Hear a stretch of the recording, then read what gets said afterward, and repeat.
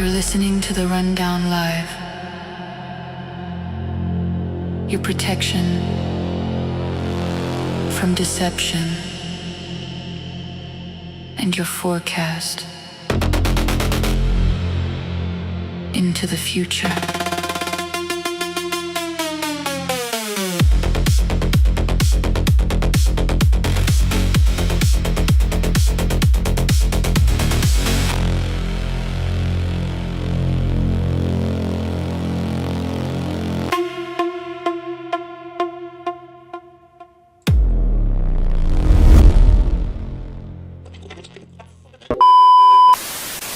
How many demons are there? Billions, literally. When God created all the angels, he created the entire hierarchy of angels instantaneously all at once. Starting from the seraphim, which is at the top, all the way down to just angels at the bottom. Of the class of the angels alone, there's one subset, which is the guardian angels. And every human being that has basically been conceived has had a guardian angel created specifically for that particular individual. So you're talking billions just in that one subclass. The number of angels that fell is from Book of Revelation, where Satan took a third of the stars. Now, not a third get to possess or have much to do with us in this life. Most of the possessions that we see are from the top rank, which is the top three choirs, the thrones, the cherubim, and the seraphim. Be Satan, Lucifer, and Beelzebub, but there would also be Baal, Asmodeus, Leviathan, Lilith, Baphomet, Moloch. There's also other ones like Abaddon, who are kind of in the middle. You don't see too many in the middle tier. Where do we start? Well, at the very top, Satan, Lucifer, and Beelzebub are the same guy. The way they manifest is different. As I mentioned, I've had all three. I've had Lucifer in about 5 cases, Beelzebub I've had in 3, but I've got 1 case that's protracted, and I've had Satan. Satan is the father of lies, who's the inversion of God the Father. Lucifer is the inversion of Christ. It's the inversion of what you see in the diabolic realm. Underneath this trifurcated personality are all the other demons fall underneath what they call the 5 generals. Baal, who's a demon of impurities. The first thing he does, he drives impurity in a culture. And once the culture gives into that, you have homosexuality, which arises. The demon of homosexuality in men is Asmodeus. With women, there's 2. Lilith, which is the demon of homosexuality in the passive kind, more feminine. But then there's Leviathan, which is the demon of homosexuality in women of the more masculine or aggressive kind. These are the women I call them. They're heavy on the heels. And then the last one is Moloch or Baphomet. And in my experience, it tends to be Baphomet because I've had him, but it doesn't mean necessarily that it's not Moloch too, which is the demon of child sacrifice. So if you look at the progression in a culture, and this is actually true of almost every culture, that their morals would collapse. It starts with problems with impurity, that is, Baal gets in. Then you get a rise of homosexuality, and then you'll end up with child sacrifice, which is what abortion basically is. That's actually why you see the Satanists trying to erect statues of him. And the statue is, of course, surrounded by children. The reason is because they're trying to get pro-abortion legislation passed or maintained. And then underneath them are various other demons. Where they're actually at in the hierarchy, we don't necessarily know, other than most of them are under one of those 5. Is this all recorded? Historically, to be an exorcist was done by mentorships, and you'd learn the names of demons and you'd see them in session. But because of the number of exorcists collapsed in the church, now they're just trying to get it back up off the ground. We teach classes, actually.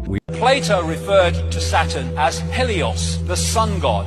Satanism is Saturnism. Satanists worship the goat. The god himself is a symbol of Saturn, because this planet is enthroned in Capricorn, whose emblem is a goat. And you see them on Beyonce, Lady Gaga, Baroness Philippine de Rothschild. This is called the magic square of Saturn, 666. This is the sigil of Saturn, the most obvious symbol of Freemasonry. Balmoral, the Scottish home of the royal family, the sigil of Saturn. This is an ancient symbol of Saturn. They then took it and put it on their fiefdom of Israel, the symbol of the Soviet Union, the symbol of Saturn, the hammer and the sickle. This is a permanent hexagon in the North Pole of Saturn. He's also the 6-pointed star, and he's also the cube. The Kaaba is a symbol of Saturn. The black cube that Jewish people put on their third eye as part of their ritual is Saturn. So all these symbols are all representations of the frequency of Saturn. That's the matrix that's playing us. I worship the idea of what Satan represents. I don't believe that there's, a big guy with like red skin and wings and all of that. No, Satanism really just says, hey, do whatever you want as long as you're not harming anyone. I do not believe in a literal Satan. Now, there are people who claim to be Satanists that worship a literal devil. I believe that if you worship a literal devil, that you are literally a devil worshiper, not a Satanist, because you don't follow the tenets of Satan. I don't believe that I worship anything. I mean, I worship myself. As we all should, baby, come on. I would define myself as a Jax worshiper. So you're not on your knees worshiping a statue of Satan saying, I will do anything for you, master. No, I'm more like on my knees masturbating in front of the mirror, getting high around candles and listening to Metallica's first record very loud. That's my church. Just sounds like a good Friday night. Yeah, hell yeah. Get dead wrong. You got it going on. Ladies and gentlemen, get dead wrong. There's several different levels, the devil worshipping horses, heads, human sacrifices, cannibalism, candles and exorcism, animals having sex with them, camels, mammals and rabbits, but I don't get into that, I kick the habit, I just beat you to death with weapons that eat through the flesh, and I never eat you unless the fucking meat looks fresh. I got a lion in my pocket, I'm lying, I got a 9 in my pocket, and baby, I'm just dying to cock it. In many cases, the most satanic representation in music over the last 20 years has been the pop stars, because they are knowingly creating a false image. Right. And they are servile to the false image to the point of jacking up their faces and jacking up their voices and deluding their audience that they're somebody that they're not. And they're all doing it in plain sight. Right. And at some point, even you'll see the audience reach a point of cognitive dissonance where they know that the person they want to believe in an idolatrous way isn't that person, and they force the people to double down on the idolatry. Totally. Because that's the only thing they can do. Where, as you know, as a fan of alternative music's the exact opposite. Right. It's about, well, warts and all. Right. It's did you forget to bring a tie, or what are we doing here? Right. Well, I always say it's the right T-shirt and the right mustache. All right, so let's just, I don't want to cut you off. So if you have something to add to that, but I want to kind of jump into there's a writer, Daniel Pinchbeck, who used to write for Arthur Magazine. It was kind of like Oz Magazine from the 60s, but from 20 years ago.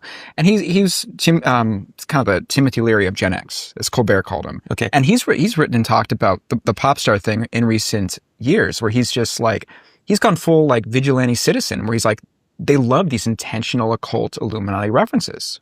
This is Daniel. in my notes, by the way. This is Daniel. You're doing Pinchbeck. a good job there. Daniel Pinchbeck is mom knew the beats. Like he's a pretty sophisticated dude. Yeah. So to your point, yeah, of course. I mean, I don't think, of course, Billy. Like it's all pretty obvious. Well, but maybe to much of the audience that just they're just fans of who they like, they wouldn't necessarily understand. Let's call it the motivations why a pop star would lean into occult imagery. It may not be as simple as, they're suddenly joined a secret society and they're giving the weird triangle thing. Right. We've all seen those pictures where like, oh my God, they're giving the triangle, whatever that's about. I know that this is about to cause a bunch of news, but scientists at CERN are about to load antimatter into a truck and drive it across the border. And this has never been done before, ever in human history. So antimatter is actually one of the most sensitive materials on Earth, because the second that it touches normal matter, any matter at all, it gets destroyed and it explodes. It gets destroyed in a burst of energy, and it has never been transported, ever, until now. Scientists at CERN have now officially built a 1-ton containment device that traps antimatter. The entire thing literally needs 2 cranes just to be able to lift it onto the truck, and later this month they are going to be loading it up and driving it around the CERN campus. This is going to be from France to Switzerland and then back. They're saying that the device is carrying about 1,000 antiprotons, and they weigh about 1/1000th of a trillionth of a gram. They're saying that if this containment fails, the energy released by it would be so small that we wouldn't be able to feel it. But they're also saying that the point isn't the amount, it's actually the fact that nobody has ever moved antimatter outside of a lab before. And they're saying that the reason why they're doing all of this is to answer one question, and that one question is, why is the universe made of matter instead of antimatter?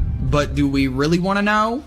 Things that are real to us but are different in other realities, it is a consistent fluctuation, and I think this fluctuation is known as Mandela effect. This was happening in 2016. Shortly after this video went viral, the genius kid disappeared. No updates, no interviews. Well, in CERN's logo alone, people are saying this is the particle accelerator, but why are there 3 6s? Very, very obvious 6s here. They put these things in plain sight, and then when we are accused of reading too much into things, they got an out, and they always have an out. but it's still following that idea that you've got to tell people what you're doing before you do it. And if anybody points it out, they say, what is wrong with you? That's just the way the particles move in the supercollider. To look at them, you'd never know they're cannibals. They look just like two normal people. Wow, I did not know that. That's wonderful that he's telling people that on national television. You've raised him well. You're so proud of him right now. Man, I had a sister once. Proud of him right now. Man, I had a sister once. Here's the worst part. If you could choose a show to crack a joke like that, then this has got to be the worst host and the worst show to say something like this. Once again, a dark truth hidden in comedy. Not that I find it funny in it.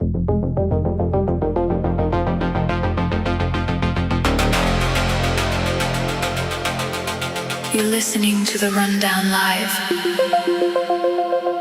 Your protection from deception. And your forecast into the future.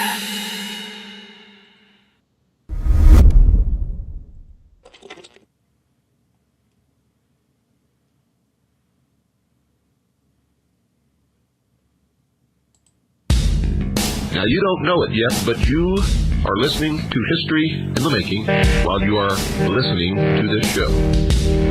We know now that in the early years of the 20th century, this world was being watched closely by intelligences greater than man, yet as mortal as his own.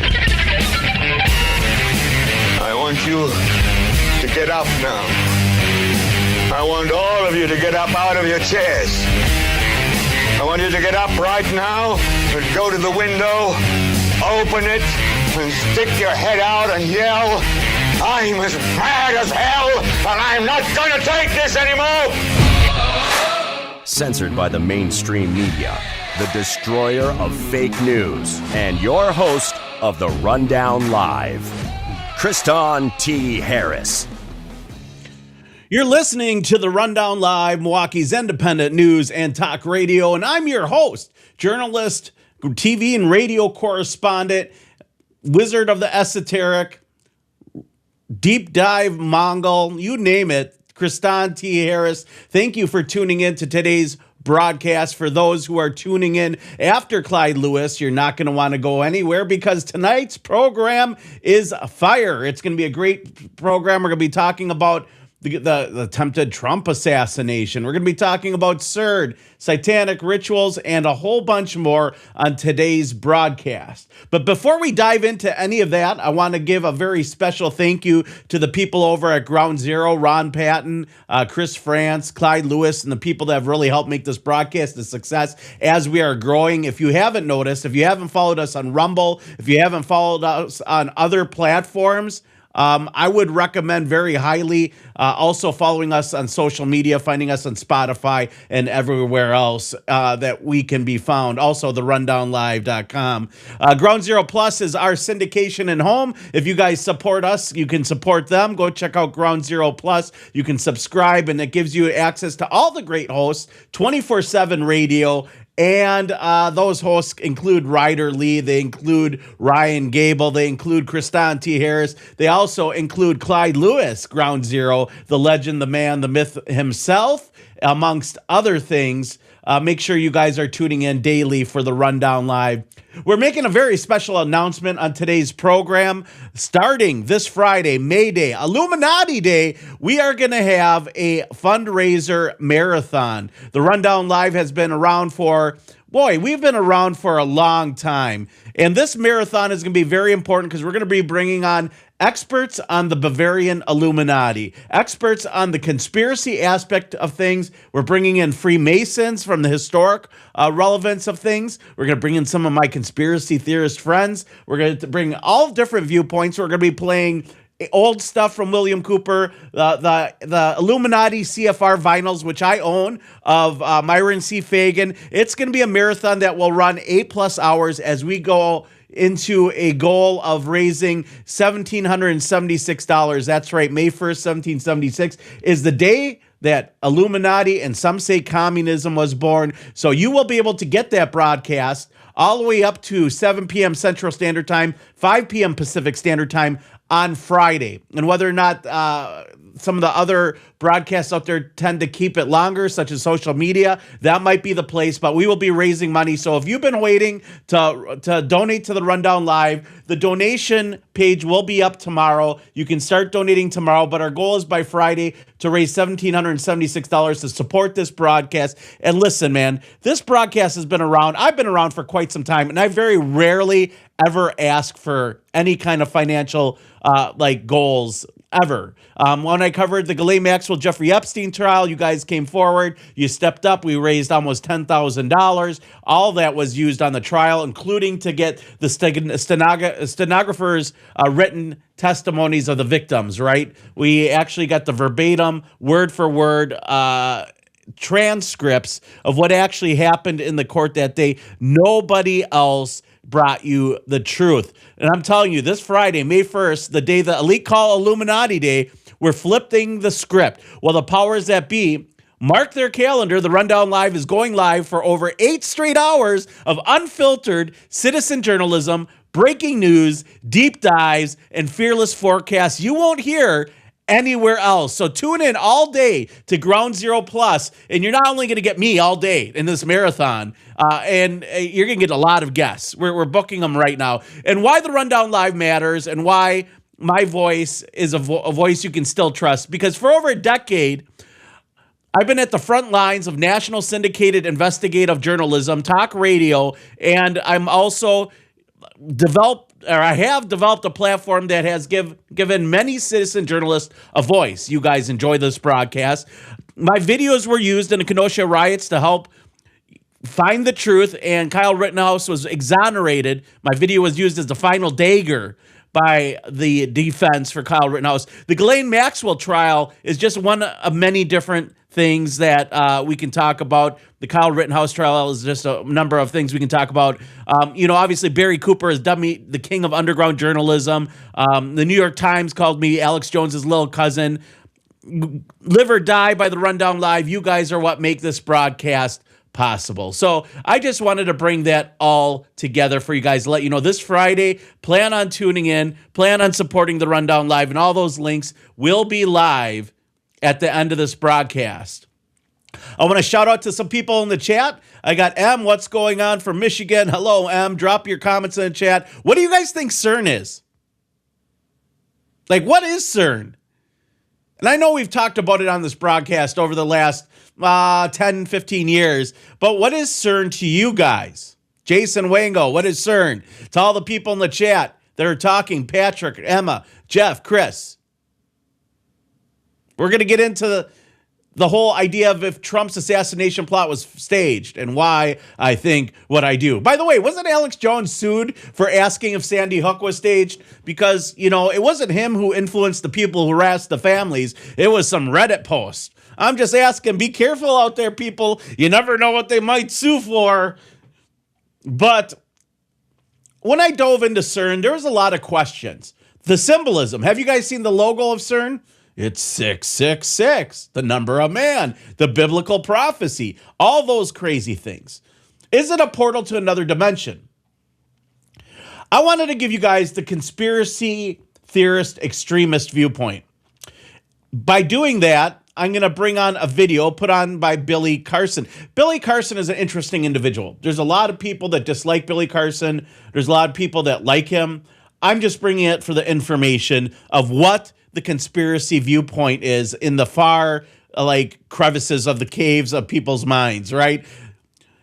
The thoughts that you grow in your mind are based off the seeds you plant. I want you guys to hear everything so you guys know everything and why people believe what they believe. Here's Billy Carson talking about CERN. And some of it is true and some of it may not be. I want you guys to really dive in and listen to what we have to say here and what he has to say. Right outside the front door is this gigantic picture of this Indian god that is standing inside of a portal, walking through. So I think they kind of knew what they were going to be doing when they started this whole building and started this whole project, but they just kind of kept it low key to the general public. This type of research without complete oversight, to me, is scary stuff, man. I mean, you don't even know what can come through. CERN is the LHC, the Large Hadron Collider. It's the largest machine in the world, located in Switzerland, and it's all underground, and it uses this gigantic track with this underground tube that's connected, and they send atoms in opposite directions and speed them up to a percentage of the speed of light and then let them collide. And then they analyze the collision to see what comes out of this collision between atoms, you know, quarks and muons and everything else that they discover. But something else they discover in the process is that they create microscopic black holes. So originally, a lot of people were getting scared about this because they were like, man, if you guys create a black hole here on Earth, will it suck the Earth in? I mean, kind of fair to assume, like, black holes are supposed to be pretty deadly things. Even light can't escape them. So why create one here on Earth? But I think, in my opinion, is that part of the work going on at CERN is to learn how to create stable wormholes. What Einstein and Rosen called an Einstein-Rosen bridge, where you take space and you fold it and make a hole, punch a hole in between to make a connection, a shortcut through space-time. And so it could be, you know, learning or trying to experiment, either by accident or on purpose, how to create a stable wormhole. How do you create one and hold it open? The biggest thing is holding it open. You take a piece of paper, bend it like this. So you had a pencil, you could poke a hole right through. So you can go from point A to point B, instead of traveling over the length of that sheet of paper to get mine. And another professor, a theoretical physicist named Rosen, they call it the Einstein-Rosen bridge, was a theoretical name for this type of hypothesis on how to create a wormhole, or what a wormhole would be, how it would operate, how it would work. The biggest problem that we have is not creating the wormhole now, because we can create them, but how do you keep it open? How do you make it stable for something to pass through without collapsing? Now, NASA recently discovered something called X points around Earth and also around the sun. These are naturally occurring portals that open and close every single day, all around the outside of our planet. The Themis satellite system discovered these portals a few years back, and they've been analyzing and watching them. Some of them create direct pathways to the sun and even to other planets in our solar system. So these are called X points. They exist all around the outside of our planet. They're where magnetic diffusion points hit and cross, like our magnetic fields hit and cross. In some way, combining that crossing of electromagnetic fields with charged particles from the sun opens up a portal. So portals naturally can occur in nature. You don't have to make them artificially. So that's pretty interesting. All we have to do now is learn how to harness that power, and we can travel through space. We can go great distances without having to put ourselves in hibernation pods and things like that. But now what's interesting is, you look at some of the pyramid structures and also read the ancient texts. If you go to one of the Sumerian tablets, they talk about having something called a Du-Ran Ki. It was called a bond heaven-earth. And Enlil talks about walking from his home world directly to Earth and walking from Earth directly back to his home world, bypassing even getting in a spaceship. You go fast forward a little bit more, the ancient Egyptians talk about something called a Djed pillar Ankh. They have a Djed connected to the inside of Ankh. People think the Ankh was like for decoration or represented rebirth and the womb of a woman and all that. It kind of did. Nowadays, it's just decoration like jewelry. But it also represented something more technological in the ancient times. When you go to the super ancient texts, you discover that Ankh and that Djed were an oscillator that would resonate to the atomic frequency of the owner. That was the code programmed into the actual Ankh. Only the elite of the elite had access to these portals to travel all around the world. There's one in Mexico, in Tula, Mexico, where Thoth, the Atlantean, who came from Africa over there, he would stand there, and this looks like an indentation in the wall. He would literally walk through it, and he would reappear somewhere else in the world, and he would come back from time to time and so forth. But again, he would have the Djed pillar Ankh in his hand. Then you look at Bosnia in Europe. There's a pyramid there called the Pyramid of the Sun. Just like the one, there's one in Mexico called the Pyramid of the Sun. There's one in Bosnia called the Pyramid of the Sun. It's massive. In this valley, there's like 5 massive pyramids, all covered with brush and trees and debris. They started digging this thing out. They said, oh my God, these are solid stone blocks. There's tunnels underneath that are connecting the pyramids, the same exact tunnels that are in Teotihuacan in Mexico, connecting the pyramid structures there. But inside of this one tunnel, they found this gigantic crystal. It's called the K2 megalith. And on it is written in runes, an ancient writing. It says, we must stand in defense until we can open the gate. Well, what gate are they talking about? I believe they're talking about the Stargate. But this K2 megalith, this gigantic crystal, it has something to do with activating the portal at this Pyramid of the Sun in Bosnia, which at some point they were defending it and trying to thwart some people from getting access to it until they can get it activated so they can walk through themselves. Pretty interesting stuff. And this is well documented, the K2 megalith gigantic crystal. So CERN, in my opinion, is researching and learning about technologies that already existed. Again, we're just rediscovering everything. There was something interesting before we go on. There was a field trip of sorts, a tour to let people come in and look around. And as one person was looking around, they saw these gigantic clear panels. They don't know what material they were made out of, and I have a picture of them leaning up against the side of a part of the machine with these hieroglyphs on them. So they sent these hieroglyphs out. Everyone, including I've sent the hieroglyphs out. Nobody can decipher these hieroglyphs. Nobody knows what in the world these are, what they mean, where they came from, who wrote them, what writing, what ancient culture are they linked to? Nobody knows. Massive, giant, clear plates leaning up against the machine.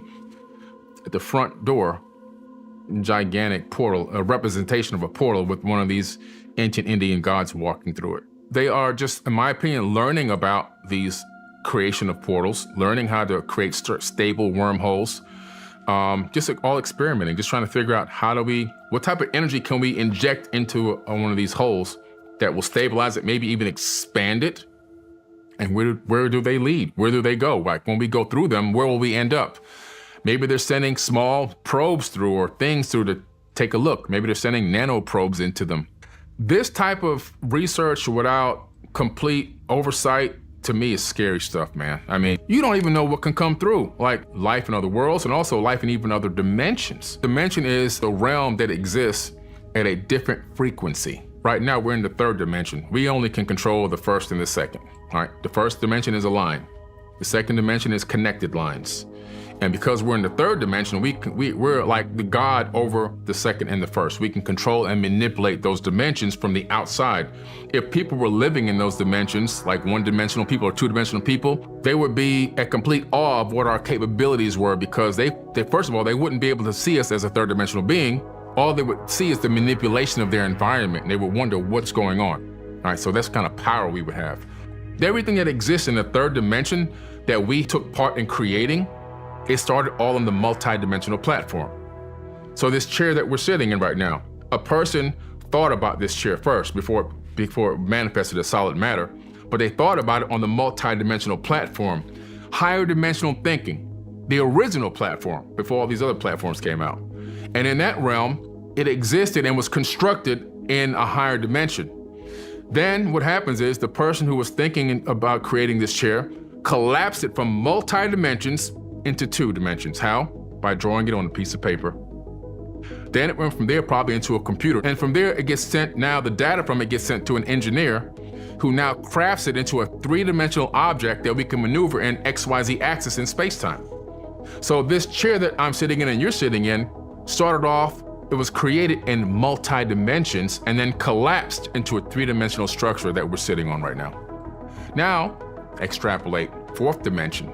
The fourth dimension used to be said it was time. It's not time. That's just a hypothesis that Einstein was trying to correlate time to the third. The fourth dimension is a tesseract, a fourth dimensional hypercube. From the fourth dimension and all the way up, things change completely. So we're in the third. Somebody in the fourth dimension, an entity in the fourth dimension, can see into everything. They can see through this ceiling and watch us sitting here right now, all right? They can see the past, present, and future all at the same time. It's like having a house and living different parts of your life at the same time in different years in the same house. So if there are beings in higher dimensions that have developed the ability to understand and get the actual subatomic frequency number of the third dimension in this universe, they can theoretically walk from their universe or their dimension directly into ours. Every universe has a specific frequency. Every dimension in that same universe also has a frequency. Every atom resonates at a specific frequency. Nothing ever rests, everything is always vibrating. At the subatomic level, we know that when you dig deep into the nucleus of an actual atom, what's in there is a tiny vibrating string. So we're living in a symphony of music, and the music that's jingling and making this noise is creating the illusion of physicality, the illusion of solidity, even the illusion of distance, which doesn't even exist. And so that's what we're living in. Now, let's say there's a cancer tumor in a person's body. The cells in that cancerous tumor are now operating or vibrating at a specific resonant frequency. We know this for a fact. If I have a device that actually can match the frequency of that tumor, I can send a cancellation frequency to that tumor, something like a rifle machine. I can destroy it without destroying the surrounding tissue, right? So imagine having the capability of now understanding on a more grand scale, a dimension, fifth dimension, like somebody there obtains the frequency of the third dimension. They can just come right on through. And that might be the portal to hell, which a lot of people believe that CERN is opening. I'm going to be objective and say we don't really know what we are doing with CERN when it comes to opening wormholes or portals and being able to walk from one existence into another. Now, there's been a lot of rumors, whether it's Project Pegasus or Looking Glass, and having the ability to extract things from the future. But what I will say is it is incredibly bizarre, the amount of occult science that goes into this. I don't know what it is about occult ritualistic science. Like, that's what the Nazis did, the Thule Society, right? That's what they did when they did their bizarre rituals at the Thule Society and the Vril Society and all these other organizations. Have you ever heard of Bohemian Grove? What do they do at Bohemian Grove? Well, at Bohemian Grove, they get together and they do bizarre little rituals. Bizarre little rituals in front of a giant statue of Moloch. And what is that ritual? That ritual is a mock child sacrifice. And here we have it. I want to show this in the news, first of all. Scientists thought it was completely hilarious to go do a mock human sacrifice at CERN in front of the statue of Shiva, the world destroyer, hanging out in front of the portal. You don't believe me? Well, here is the full screen video of that very ritual taking place right here in front of CERN. As you guys will see, a bunch of scientists thought it was hilarious, just like the Nazis used to do. What was it about the Nazis and dealing with the occult and esoteric and their advancements in science? Why are they obsessed with it? Even the symbolism in our medical industry and the science industry, it's all based off of historic or ancient occultism or occult sciences. A lot of people believe that's what the Rosicrucians were about at the end of the day, other than their crazy swinger parties, amongst other things, for ritualistic sex magic. But here you have some scientists dressed up on video doing a mock child sacrifice while somebody films from a building going, there's some weird things going on. Why would they do a mock child sacrifice in front of CERN, right? And not have better video camera footage? Why would they just be like, oh, let's get the robes and everything? That's a lot of dedication for this hoax. Or is it a hoax? What do you guys think in the chat?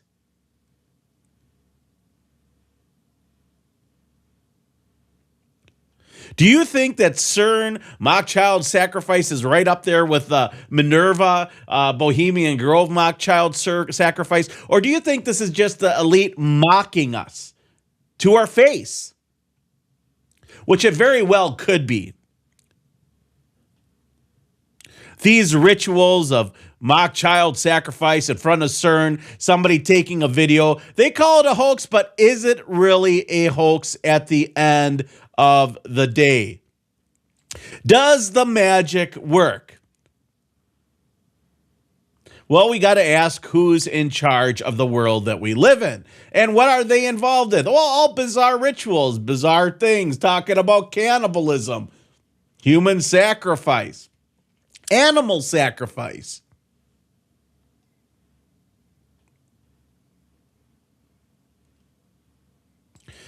Ashley in the chat says it gets even stranger. A scientist just stated that anti-gravity was discovered and then died not long after.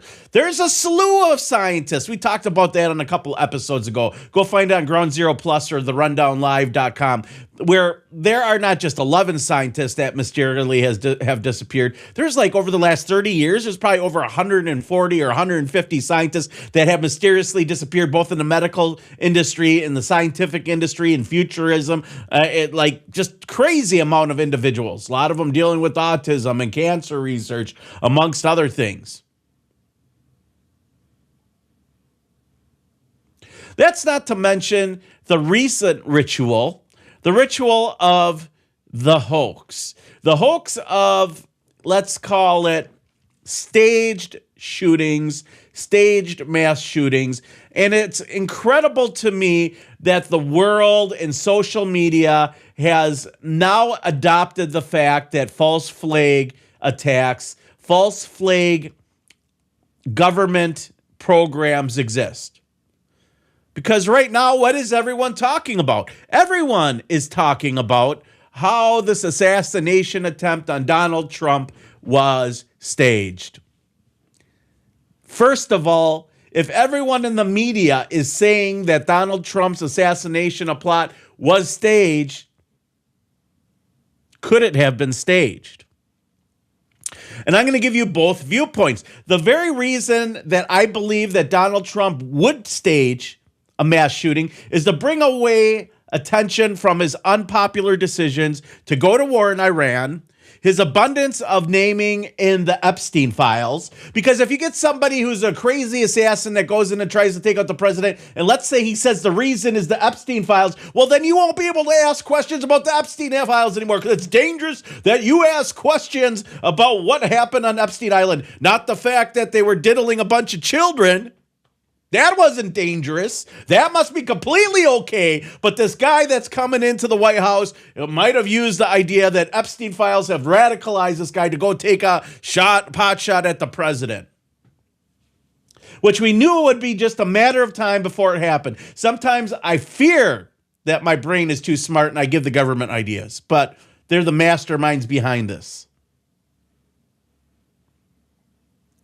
So let's take a look at some news. And I'm going to take on some news stories from organizations I don't entirely agree with. I want you guys to read or feel the propaganda here, the new skepticism around Trump's assassination. But where was the skepticism around Sandy Hook or the Aurora, Colorado, or the Boston bombing, which, by the way, the video of the Zarmanov brothers, or whatever their name was. It wasn't Zarmanov. I can't remember what the brothers' last names were in the Boston bombing. They had video of them putting down the bomb, and that never existed. It came out in court. If they had it, they would have provided it. That was the reason for them arresting them. Remember, they had CIA ties. No one questioned those because the government didn't want you to look there.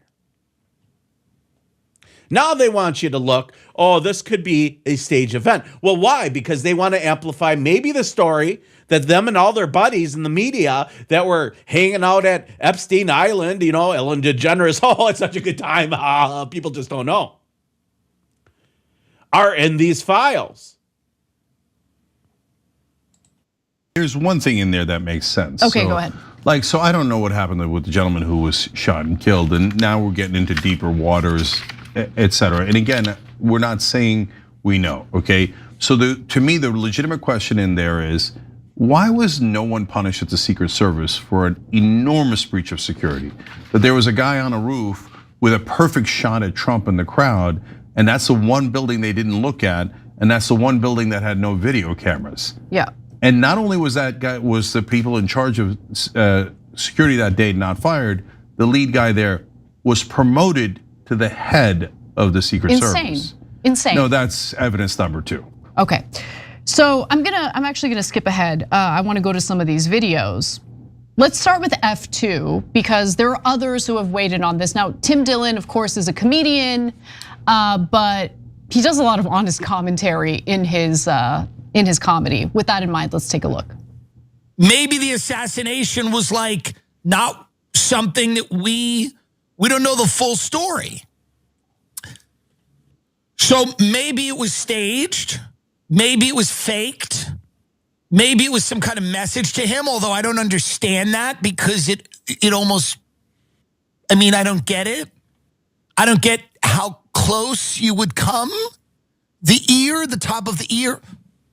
But I think maybe it was staged. And I think now is the time to just come out and say, some people are going to be upset by this, but we staged the assassination attempt in Butler to show people how important it is and how important it was to vote for me. Okay, so that's what Tim Dillon had to say on his own show earlier this month. And then you have the statements that Joe Kent made when he was on Tucker Carlson's podcast. If you don't remember, let's go to F3. I mean, we still don't know what happened in Butler.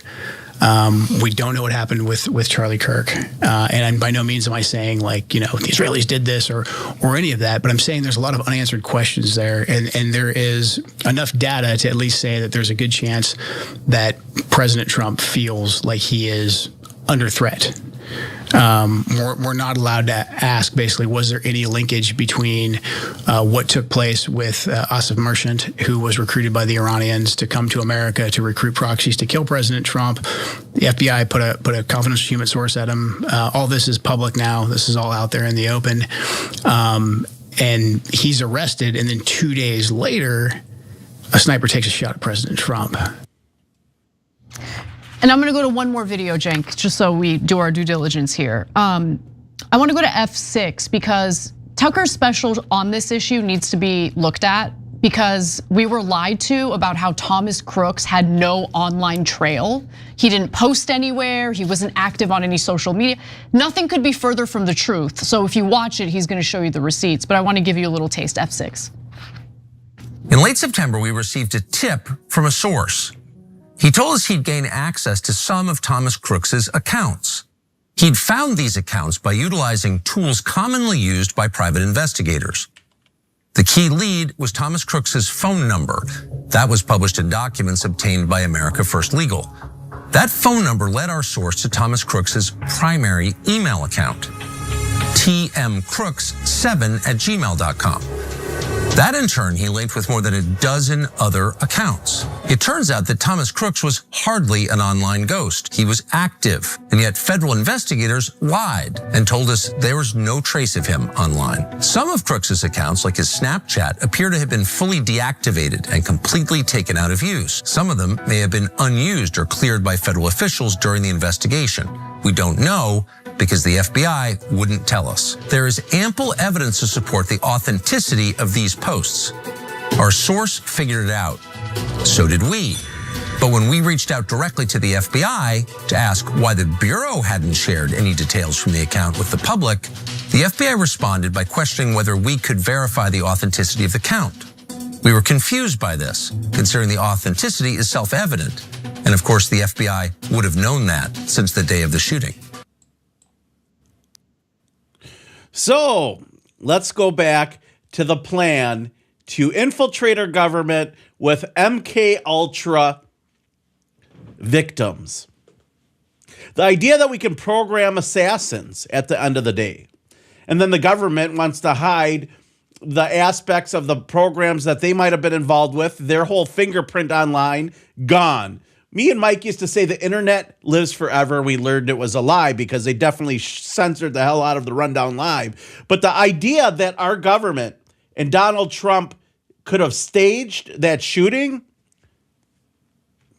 I'm taking a second look at it, especially the one in Butler, just for the fact that I believe that it is possible that the same entities that are pulling off most of these assassination plots may have been behind the Charlie Kirk plot. It might be all a government ruse dealing with programs from the MK Ultra aspect and ritual abuse line of things that are going after these individuals, whether subconsciously through propaganda or by a phone call that gives them their Eagle 543265-3 code that brings out the Assassination Omega program that will then cause them to go after a president. The fact that these people have easily had access to the president and the fact that things are getting wiped under the rug makes me believe that there's fingerprints of government agencies all around that. Now, that's the hunch. That's the hunch as a reporter. That doesn't mean I'm right. Do your own damn investigation when it comes to this. But I'm starting to question whether or not we took the life of somebody innocent to try to push and get Trump elected, because he might just be that evil motherfucker after all, considering what we've learned in the Epstein files and their claims, because he was the worst. Maybe at one time he believed in redemption, but we're seeing videos of him saying, oh, there's no place for me in heaven. So let's talk about this recent assassination plot and colluding with this. The whole idea that they want to bring away awareness of the Epstein files. So what do? You blame a bunch of people that are trying to kill politicians and individuals that they read the Epstein files, and that is what is radicalizing these extremists. Here it is. Mar-a-Lago armed gunmen fixated on the Epstein files a week before a shooting. And I can tell you, immediately as the Epstein files came out, one of my first predictions was that this was going to happen, because this is a typical establishment playbook to go after and say, well, don't look at the Epstein files, it's going to cause extremists. You better believe it's going to cause extremists. People are pissed that children were being trafficked and that there's no accountability. So what happens? You're going to get people who are going to try to put accountability in their own hands. Maybe you'll get some real MK Ultra projects out there that really just don't care anymore, and they go after the president.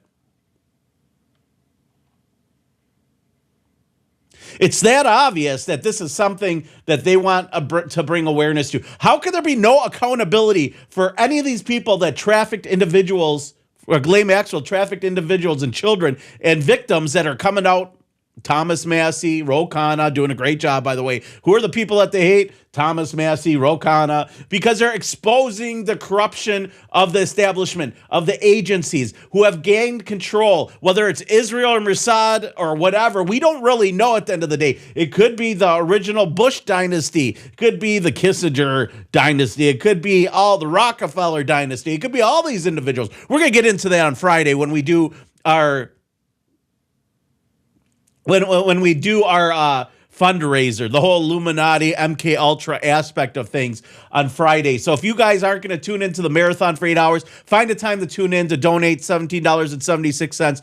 This is something that we are only talking about. The fact that they want to bring away from this, that these people are being radicalized by the Epstein files, is because of the lack of accountability, not because of the craziness. And they don't want you to look. They don't want you to read. They're bombing Iran. They're going to the fucking moon. They have disclosure. They have all this bullshit out there, and people are buying it hook, line, and sinker. Nobody is paying attention to the end goal anymore, including these missing scientists, which is really interesting. The fact that MK Ultra soldiers are out there. I promise you, there's people still alive. I'm interviewing a lot of them. They have gone through these programs. They're not, some of them aren't mentally well. They imagine cannibalism, and if all that stuff is true, satanic ritual abuse, cannibalism, all those things. At the end of the day, they're broken down. Their soul is detached from their body, and they will do anything for revenge, I bet you. There's people out there like that. They're going to go out, they're going to take them with them. Isn't that what the Epstein files say about Donald Trump?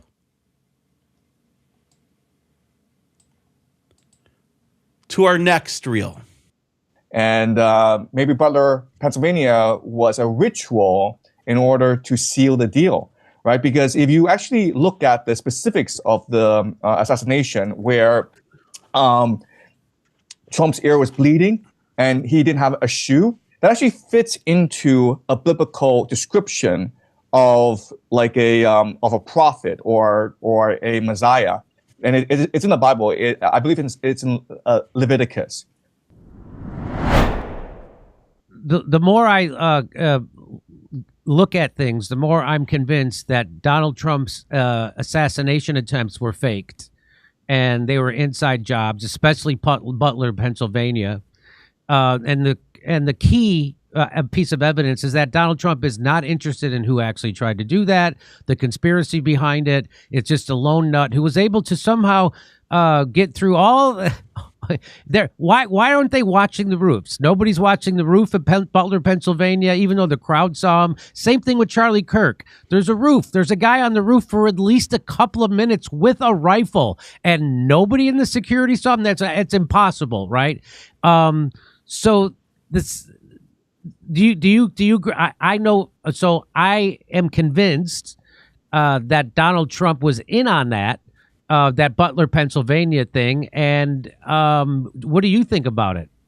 Well, it certainly helps us understand why there's a disparity between the first term and the second term, right? So in the first term, all of Washington was unified against Trump. They tried to sabotage him from day one, right, with this Russia gate hoax. The mainstream media was clearly against Trump. So when Trump ordered the American troops out of Syria, he was just ignored by the military. Yes. You had the chairman of the Joint Chiefs of Staff, Mark Milley, call the Chinese and say, hey, don't listen to what this guy says. We're in charge. That's treason. Yeah. Right. And so in the first term, there were a lot of leaks. There were a lot of turnover. In the second term, you see a lot more discipline. You see Trump actually carrying out a plan. And so it's entirely possible that what happened was that at the end of his first term, the deep state, there were many political factions that tried to destroy Trump once and for all, right? So January 6th was clearly a stage operation by the FBI, in my opinion. Clearly. And then after he left office, there was the raid, the FBI raid on Mar-a-Lago. There was lawfare. They tried to bankrupt him. They tried to put him in prison. They tried to remove him from the ballot box. And he was really in a lot of trouble. So at that point, he had no choice but to make a deal with the deep state saying that, look, Biden is useless. Putin's going to control the world if we continue to have Biden in the office, but Biden's not going to leave office voluntarily.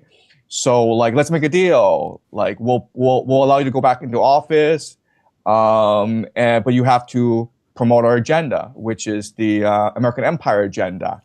And maybe Butler, Pennsylvania was a ritual in order to seal the deal, right? Because if you actually look at the specifics of the assassination, where Trump's ear was bleeding and he didn't have a shoe, that actually fits into a biblical description of a prophet or a Messiah, and it's in the Bible. I believe it's in Leviticus, right? So not only was it staged, but it was staged as a religious ritual in order to anoint Trump to be the avatar or basically the scapegoat for the deep state. Same thing with Charlie Kirk's public assassination. They had to do it publicly, right? That was also some kind of ritual killing, correct? Yes, that is correct. Yes, yeah. There are a lot of ritual aspects to that assassination. And where do these rituals come from? Can you speak to it? So I don't know the specifics, but I imagine these are Freemasonic. There rituals, we go, Freemasonic rituals that involve the Kabbalah. Just like JFK. And they are all part of the Freemasonic mythology, right? So if you look at the JFK assassination, you look at the Charlie Kirk assassination, these are all come from a certain mythology in the Freemason world. Yeah. Did you hear about so Candace Owens has been saying that the Charlie Kirk's assassination. This guy knows what he's talking about. We got to get him on the rundown live. It's clear that they were certainly involved, and the freak out over her discovering the Fort Huachuca connection was again proof of this. And then did you hear that? So there was maroon, lots of single individuals wearing maroon at the event with Charlie Kirk's assassination, and then that's the color of the French military. And then she's saying that there was a Masonic lodge made up of ex-French military that the French government just recently charged them as being an assassination ring. Did you hear about that? And this fits into that perfectly, right? Yeah, so this would not surprise me. Also, we have to remember, like, this happened in Utah, which is where the Mormons are. Yes. The Mormons are a very important part of the deep state. So this is probably an operation that involved a lot of different deep state factions. Yes, so coming together. It wasn't just one. It wasn't just the Mossad. It wasn't just the CIA. It wasn't just the French military. It was the Mormons. That all those people can. And Donald Trump and Dan Bongino and Kash Patel are completely aware of this happening, and they know that if they try to go against it, they're going to end up like Charlie Kirk themselves, right? Yes.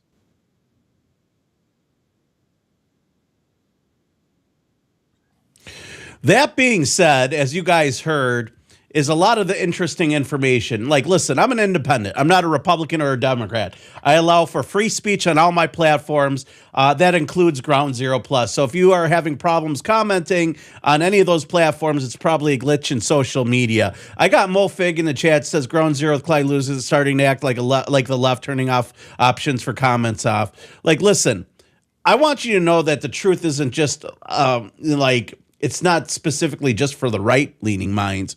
It's also for the left-leaning minds. And we should listen to everyone. I'm not saying I agree with everything everybody says, but I know a little bit about these Masonic cults, these Masonic organizations. And there's an assassination ring in Freemasonry, just like the Vatican had assassins. Here it is in the news. We'll go ahead. We'll put a full screen for those that do not believe that it is something that could be happening. Here it is. France puts Freemasonic Lodge Mafia on trial over murders and hit squads. Do you think that France is the only... By the way, that's where the Illuminati was hot. Do you think that France is the only place where they have Illuminati lodges where they do assassinations? Centered on members Probably of the not. Lodge accused of running hit squads. I bet you that the esoteric societies that works in rituals and handshakes and assassination plots go back much further than just this idea of Charlie Kirk and JFK and Martin Luther King and who knows how else. If you ever seen the Masonic layout of Dallas, go check it out. Go look at how JFK was assassinated. That's a whole nother show for you guys. Now, the idea that our government could hoax this is very possible. But the question is, why? Why would our government want to hoax They are accused of murder, the assassination of the president, and if it is a faked assassination attempt, and Butler was faked, or was it an MK Ultra mind control suspect? I don't know. The truth is, we don't know. But what we can do is look at the archetype, see how it all fits together, and kind of take a look at what the obvious ideas are. And I think the first thing is they don't want you to look in the Epstein file. There's still stuff in there that people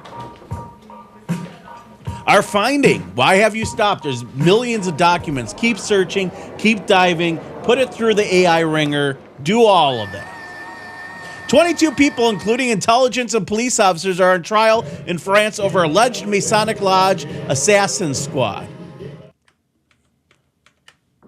And I can tell you it's probably not just the Masons. It could be the Illuminati. It could be the Rosicrucians. It could be the Knights Templar. It could be the Kabbalah. It could be the Knights of Malta. There's all of the Temple of Set. Could be any of those at the end of the day. But what gives it away is the Masonic patterns, Jacobin and Boaz. Remember the Twin Towers on 9/11? We had Glenn Zarmanov on our program. He wrote a whole book about it being a Masonic ritual. You know, the Rockefellers built New York and they could bring it down. David Rockefeller, Mason, I bet you a 33rd degree. At least that's what the rumors claimed.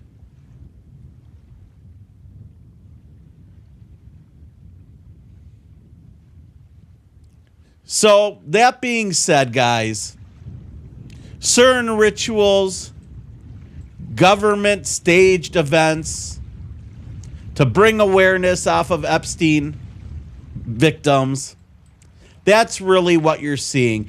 And yes, you better believe that our government is evil enough to carry out all of these different types of acts, all of these different types of debauchery and horrible things. If they were willing to put mercury and cyanide and alcohol during Prohibition to track where the mob was bootlegging it, leading to tens of thousands of deaths, you don't think that they would do 9/11, was it Operation Northwoods? You don't think our government could, you know what's funny is during the whole Pizzagate thing, it was the same bullshit. Some guy went into a pizzeria, which had nothing to do with Pizzagate, shot the computer hard drive, which allegedly had some stuff on it, and they used that as a gateway to say, well, we need to not talk about Pizzagate because of the fact it causes extremism and innocent people are going to get hurt. Same book, same plan with the Trump assassination. Same with this last ones, these other individuals that are linked.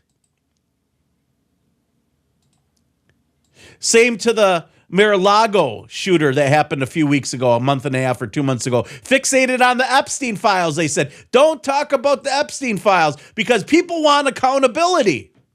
And when there is none, well, I think that's a subject that some people are willing to do crazy stuff for.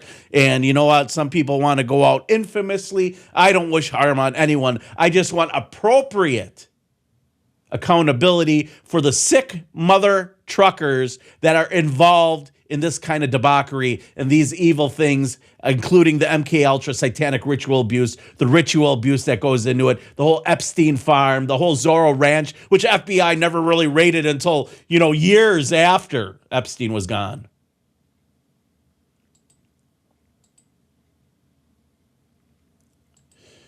That being said, guys, I want to thank you guys for tuning into today's program. I want to remind you, this Friday, Illuminati Day, we will be raising $1,776 for this broadcast to upgrade our filmmaking. We're getting some new cameras. I'm going to tell you right, I'm going to be honest with what it's going for. Lenses, so we can do more of these interviews. And if you haven't, we have a little mini documentary coming out on Leo Lion Zagami of the Illuminati. Maybe I'll air a little trailer of that on Friday. We are going to have a marathon for 8+ hours to raise money with the greatest guests on the subject of the Illuminati, playing some of the most old information we have. I'm going to bring new information no one's ever seen before. I pulled from the Library of Congress on the Bavarian Illuminati. So tune in Friday for one of the best all-day marathons and informational segments combining my research, Jordan Maxwell, Anthony Hilder, William Cooper, Alex Jones, Myron C. Fagan, the old newspapers. We can go on John Robeson. We'll have Jim Mars. They'll have all of it. Maybe some Tex Mars and Fly Freeman as well to discuss the mind control, the MK Ultra project that we know as the Illuminati. I'm your host, Kristan T. Harris. Tune in tomorrow for another great broadcast. And let your friends know to find us on Spotify. You're listening to the Rundown Live on Ground Zero Plus. Thank you guys for tuning in, and we'll see you guys tomorrow on the broadcast.